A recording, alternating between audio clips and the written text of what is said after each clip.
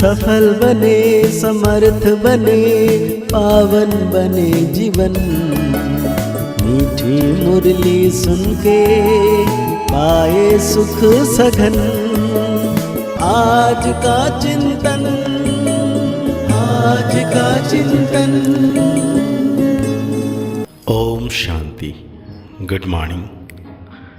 प्यार का सागर शिव बाबा हम बच्चों को गुणवान बनाने के लिए, धनवान बनाने के लिए आज कह रहे हैं तुम्हारे दर पर कोई भी आए उसे कुछ ना कुछ ज्ञान धन देना है।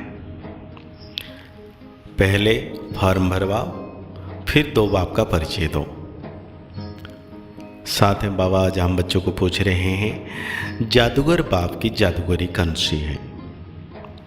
बाबा कहते हैं जादूगर बाप की जादूगरी देखो, इतना ऊंचा बाप कहते हैं मैं तुम्हारी सेवा में आया हूँ, मैं तुम्हारा बच्चा भी बन जाता हूँ। तुम बच्चे जब मेरे पर बलि चढ़ो तो फिर 21 जन्म के लिए तुम्हारे पर बलि चढ़ो। फिर भी वंडरफुल बातें हैं। बाप कितने प्यार से तुम्हें पढ़ाई पढ़ाते हैं, तुम्हारी सब मनोकामनाएं पूरी करते हैं, तुमसे कोई भी फीस आदि नहीं लेते हैं। उन्हें कहा जाता है राजू रमजाबाज, राजू रमजबाज। बाबा ने बहुत प्यारा सा गीत याद किए हैं। जो पिया के साथ है उनके लिए बरसात है, जो पिया के साथ है। पिया और वर्षा, जो पिया के साथ है उनके लिए बरसात है। किस प्रकार की? इसको ज्ञान वर्षा कहा जाता है। और ज्ञान वर्षा कौन करते हैं? ज्ञान का सागर। अब यह गीत जिन्होंने गाया या बनाया वो तो कुछ नहीं जानते हैं। तुम हो लक्की ज्ञान सितारे, तुम ज्ञान सागर के बच्चे बने हो, इसलिए तुमको ज्ञान सितारे कहा जाता है। बाप से ज्ञान ले रहे हो, नॉलेज की हमेशा एम ऑब्जेक्ट होती है, कुछ ना कुछ प्राप्ति का रास्ता मिलता है। अब तुम बच्चे जानते हो बेहद के बाप द्वारा बेहद का वर्षा लेना है, वो है पारलौकिक बाप। तुम्हारे पास कभी कोई नए जिज्ञासु आते हैं तो फॉर्म भरने से डरते हैं, तो उनको समझाना चाहिए, क्योंकि फिर भी तुम्हारे पास आए हैं तो कुछ ना कुछ विचारों को मिलना चाहिए, क्योंकि बहुत गरीब है। तुम्हारे पास तो अथॉरिटी है, हाँ नंबरवार कोई फुल पास होते हैं। बाबा कहते हैं यह त्रिमूर्ति सहित लक्ष्मी नारायण का चित्र बहुत अच्छा है, हर एक के पास होना चाहिए। इस पर समझाओ कि बराबर ये लक्ष्मी नारायण भारत के आदि सनातन देवी देवता थे, सत्य के मालिक थे। स्वर्ग का वर्षा जरूर पारलौकिक बाप का, जो स्वर्ग का रचयिता है, बाप ही स्वर्ग रचते हैं, वही दे सकते हैं। कोई फर्म ना भी भरे, लेकिन यह बात लिखना तो सहज है। 2 बाप है, दोनों से वर्षा मिलता है। लक्ष्मी नारायण अथवा उनके बच्चे आदि की जीवन कहानी तो है, लेकिन जो जीवन कहानी वो तो वास्तव में है नहीं। भगवान श्री कृष्ण के लिए कहते हैं उनको टोकरी में ले गए, यह क्या हुआ? अच्छा, इन लक्ष्मी नारायण को राज्य कहाँ से मिला? बराबर आदि सनातन देवी देवता धर्म का राज्य था। इनमें पहला नंबर लक्ष्मी नारायण है।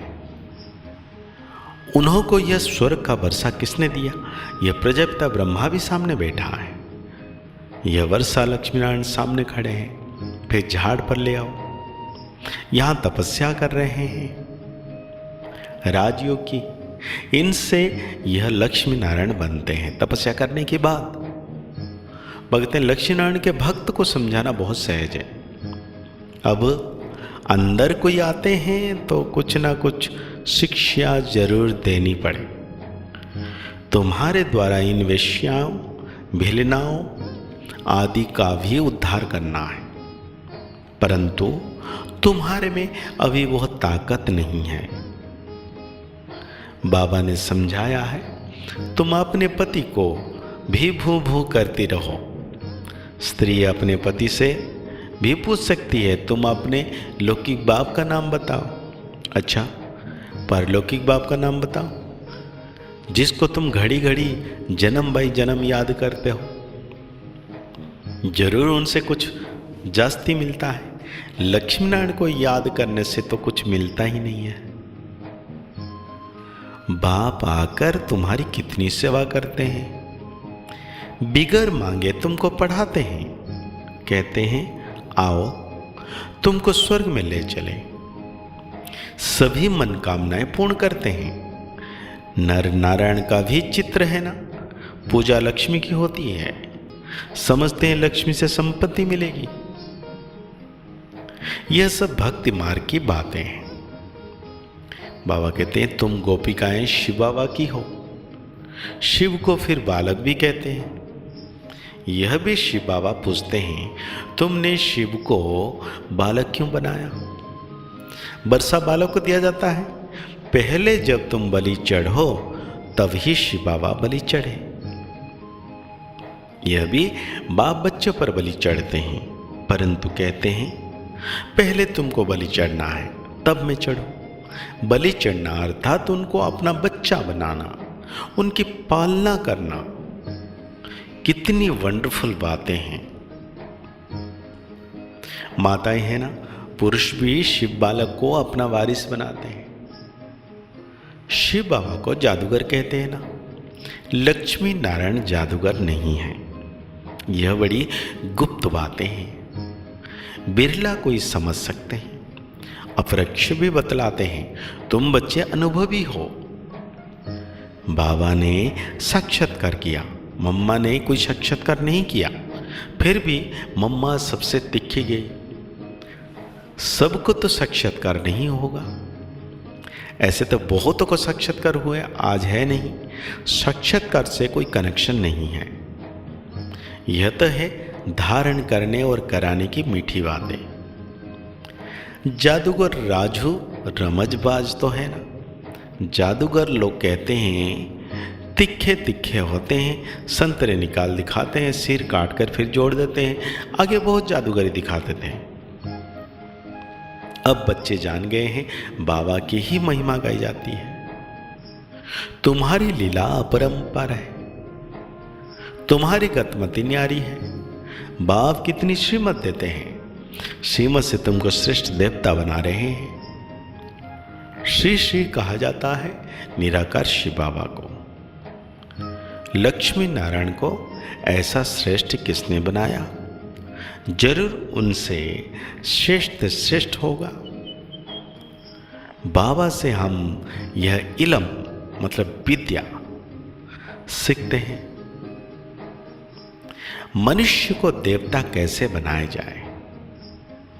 अभी तुम सब सीताएं रावण की जेल में शोक वाटिका में दुख उठा रही हो। राम राज्य में कभी शोक होता ही नहीं, तो जिससे वर्षा मिलता है उनको याद करना है ना। हम आत्मा है यह भी मानते हैं।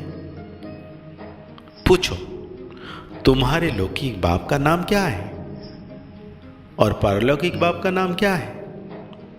बाप को सर्वव्यापी तो नहीं कहेंगे। बाप माना बरसा, बेहद के बाप से बेहद का बरसा मिलता है। अब यह रावण ने छीना हुआ, इसलिए कहा जाता है माया जीत सो जगत जीत। माया पर जीत पानी है।